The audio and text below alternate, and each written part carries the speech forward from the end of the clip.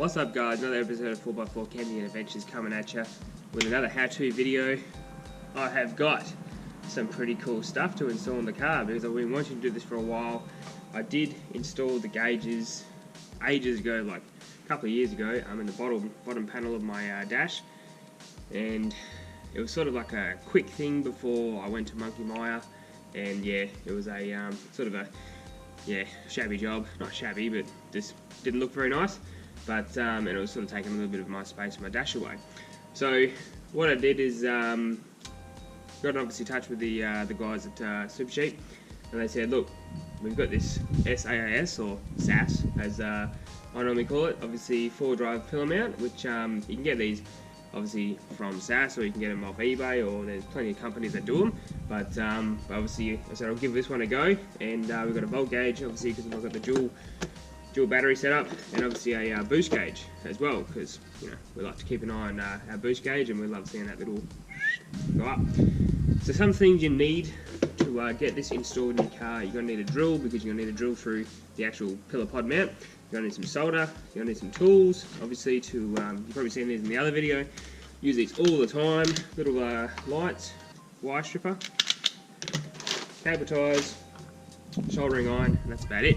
So let's get into it. Alright guys, so this is what the current setup looks like. I've got the two gauges down here, boost and dual volt. That one's actually on the piss, so that one's actually a bit broken. When I got the clutch done, or the heavy duty clutch install from Mitsubishi, it essentially started losing its gauge, so I'm not sure if it's 12.6 or 13.6 at the moment, but I'd say it'd be 12.6, but yeah. So we'll get these out. This one's a little bit loose, it's a little bit, it's come out of its mount, and yeah, so that's the current setup. So we'll get rid of those. As we would know, obviously I've got the boost line and that kind of thing already plumbed up, and I've got the dual volt gauge obviously plumbed up with a line going to the battery. But I'm still going to show you in the video obviously how to run it and directly connect it to your battery. Alright, so the SAAS kit, obviously your pillar. So the idea is actually it goes over your pillar and actually becomes a sort of skin for it. It is black, so you might have to, depending on what car you've got, obviously you may have to paint it up. I'm not going to worry about that at the moment because I'm not too worried about the colour. So what we're going to do is I'm actually going to pull this off, which is quite easy. You just unclick, and you're ready to rock and roll. But and then obviously I'm just going to sort of trial fit it, then trial fit the gauges in there, and then obviously start fitting it in, running the wires on, that kind of thing. Probably directly up through the dash here, so there'll be a hole down here in the dash. It'll be pretty hard to see, but there's a little bit of hole. Run it through there, and then we're ready to rock and roll. So here we go. You're getting these off quite easy. Just use a trim piece tool or a screwdriver, a big flat screwdriver. Essentially it just clips in, so they're super easy to pull out. You shouldn't need too much drama with that. This is the skin, so obviously this is designed to go over this unit here, and then what I'm going to do is I'm just going to glue it down so obviously it doesn't go anywhere. But then obviously you just got to drill in here, 2 holes obviously for your wiring and that kind of thing to come through.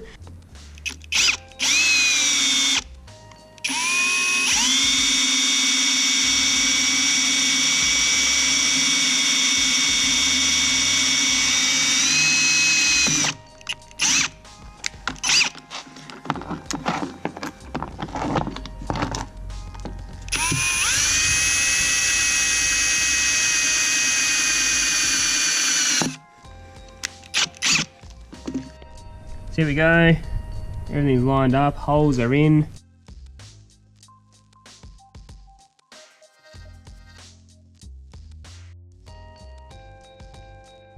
Next step guys, make sure you put these little O-rings which come with the kit around the gauge, because that's going to give you the snug fit that you want obviously to when it goes into the actual pod.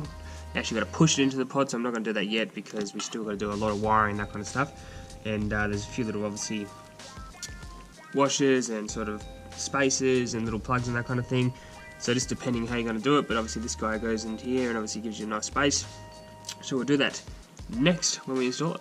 Now everyone, if you have an MN Trident or I believe a ML Trident, the boost line you actually want to tap into, the vacuum line is here. So essentially, it's hard to see, vacuum line comes out of obviously the intake manifold, which is just down here. So this goes down here into the intake manifold, or the intake I should say, not the actual manifold. And then I'm actually running a hose out, because I've done this before obviously, into the cab. So I'm going to use a pre-existing hose because it's actually a similar gauge, and the fitting is the same. So you get a T-piece which actually comes with the kit. So what you want to do is splice into this. So you want to cut this line and take these clamps off and then clamp it up. Now there's a couple ways you can do it. These clamps were actually a little bit loose, so they won't actually give me a good connection, so I cable tied. As we all know, cable tie solves everything. And then obviously that's going into the sensor, and then that's what will give you a boost reading on your car. And the next thing you want to do is obviously check on your batteries. So obviously I've got the 12 volt gauge. Now my main battery, I'm not overly worried about the voltage through there because I've had the red arc isolator on that for a couple of years now, and it seems to be doing just fine. So that always obviously gets cut out before obviously it's going to drain the battery, so I'm not overly worried about that. So I don't really need the dual battery on that anymore. Worst comes to worst, I may just install an inline voltage meter just on there directly on the battery if I do need to check it. But normally now I'm taking the multimeter, so it's a matter of pulling the bonnet up and just connecting the terminals and checking what voltage you're getting through. So I'm mainly focused on the secondary battery because this is quite an old battery.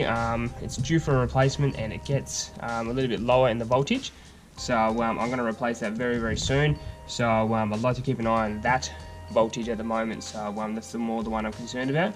I have got the battery in the back, and there's another battery going at the back as well. But in the next video, which is coming up, is going to be about how to install a full secondary battery setup in your tray, and that's going to be epic because there's so much information going to be in that video. So I'm going to run a secondary line through this and all the rest of it. It's going to be really a lot of information in that video. But for now, I'm just going to run the 12 volt gauge obviously from this guy here, because this is going to give me a fairly good reading of what the whole system is doing, because I rely on this one fairly heavily. So I've got a pre-existing wire connected to this already. So this wire here is going to the actual battery voltage, or the old voltage gauge. So I'm going to use that already because there's no point tapping and running new wires because that's just a lot of work for no apparent reason. So what you would do if this was a fresh installation, you get some decent wire, nothing cheap, you get some decent, I don't know, 2 to 4 mil wire, and obviously positive and negative. You're going to run it down through the grommet of the car, into the grommet of the car, then you're going to go up the pillar pod and obviously connect it to the battery. And on the the gauge, so on the gauge there's actually going to be a little connector which I'll show you in the video, and essentially you just want to tap into that, splice into there, and then obviously that's going to give you a voltage readout. As well, you want to run in splice into the dash light so you can actually get the light turned on when you turn the car on, so you don't have the light going all the time and draining your battery for no apparent reason. Alright, first of all, what you want to check out is once you've run the wiring through your actual dash, you want to check these wires here because they're not going to be the same on every single boost gauge. Now you want to check which is your lights wire, your negative, which is generally black, and which is your power. Now in this case the orange is the power on the SAAS gauge and the black is the negative, and obviously the white is your lights. So you want to tap in when essentially you want to tap into your headlight switch. So if you can find, and I'll show you how to do this in the video, if you can find obviously a headlight switch which obviously turns on with the accessories, and that way obviously you're going to have the gauge only turn on once the accessories turn on. So let's get soldering. Next up, obviously we've got our wiring here. I'm just going to go negative first, wire that up. Now to do this you really want to disconnect the battery, so don't have the battery obviously connected in this case. And then obviously I've got Big Bertha over here. She's going to get to 400, 350 degrees roughly. Soldering iron's ready to go. I'm going to solder this connection here, heat shrink it, then obviously electrical tape it, and then obviously for the secondary connection for the positive, just up here, that's going to be heat shrunk, electrical taped, and soldered, because obviously with forward drives you want to make sure you do that with every connection, otherwise they can get loose and fall apart.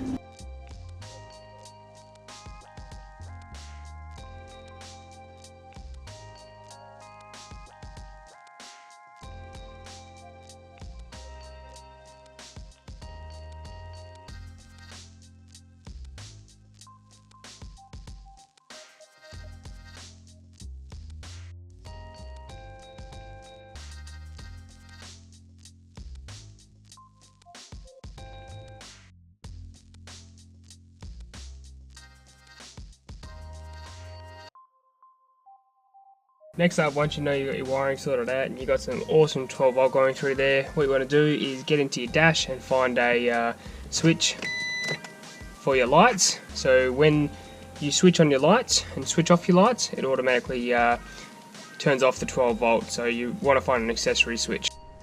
Alright, once you've found, so what I've done, just so everyone's aware, I've actually tapped into, have a look under here, tapped into here. So this is my 12 volt obviously accessory wire. So if it's a Triton, you're going to go from this connector here. It's the black and white wire, but be aware there is a black and white dotted wire. So obviously get your multimeter out and obviously check where the 12 volts turning off when you turn the keys off. So I'm actually going to run a new line. So this is my new line here, which is quite a thicker cable. The reason I've done that is I'm actually going to run two things off here, because that can actually be my accessories wire or accessories wire, so I can tap other things into that at the same time. That's going to go up into here, and at the moment I've just got it connected at the moment. And then obviously the moment of truth, once we turn the switch on,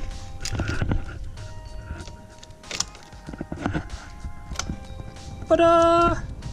And at the same time we can change the colour. That is, button's a bit weird, but anyway, it's like a touch button almost. Oh, it's just really stiff. Anyway, that's all done. Alright, so you're at the last step. Now you can go out and make sure everything's all working. Make sure your boost gauge is working. The reason mine shouldn't be, because it was all hooked up before.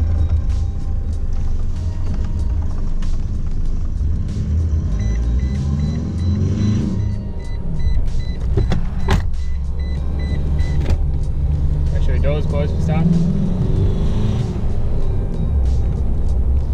Working like a charm. Haven't hooked up the volts because I got the wires mixed up, so I just gotta change a wire over. But it's working beautifully.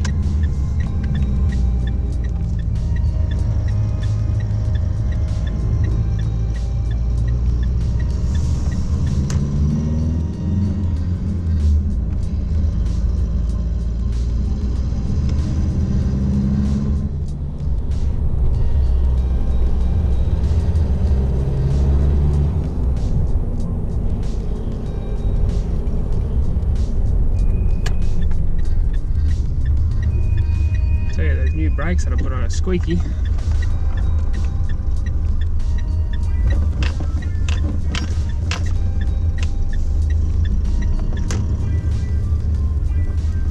And that is it. Once I get those bolts wires switched around, I'm good to go there. And that is how you install pillar pod gauge. Now this took, I'm going to be honest, about 2 hours because I had to rewire everything. And it was a bit of a pain in the butt just trying to get everything rewired and all that kind of thing. So, probably did take a little bit longer than what it normally would in this case. But in saying that, pretty happy with everything. The unit fit on pretty well. I had to glue it obviously because at the top it was just a little bit loose, but I glued that up. But beyond that, it's a great looking little unit. So I'll keep obviously an update of what's going on with it, but it seems to be fairly stuck there now, and I've put some pretty heavy duty glue on it, so everything on that side looks pretty good. So I don't think it's got to sort of flap around or come out when I'm forward driving, which is obviously what I don't want. But pretty happy, eh? Like so that's pretty much what I can say about that. I reckon it's a pretty good unit. You're obviously going to get these off eBay. You can get these from Supercheap. You can get these from pretty much anywhere now. But this unit here, the SAAS unit, fantastic. Really happy with the quality of the build. That kind of thing's all good. So you know, I'll test it. I'll keep it on and suss it out. Also, I want to say Happy New Year's. I didn't put a Christmas video or anything like that out because I was enjoying Christmas, but Happy New Year's, and you know, this is the first video for 2018. So next video is going to be a pretty cool one if you're into dual battery setups, and I'm completely pulling out the tray and redoing the whole tray, so it's a big episode. There's going to be heaps of information in it, so stay tuned for that one. That's probably going to be in a couple of weeks. But yeah, I'm doing something a little bit different, but it's going to be a wicked setup once I've got it all set up, making my own drawers and all that kind of stuff. So I'll see you out there in the next video, and I'll see you on the tracks and trails. And if you have any questions or anything, just put them in the comments below. But it's a pretty simple setup. Obviously, if you're pretty handy with 12 volt and a bit handy with a soldering iron, you're ready to rock and roll. So I'll see you out there in the next video. See ya.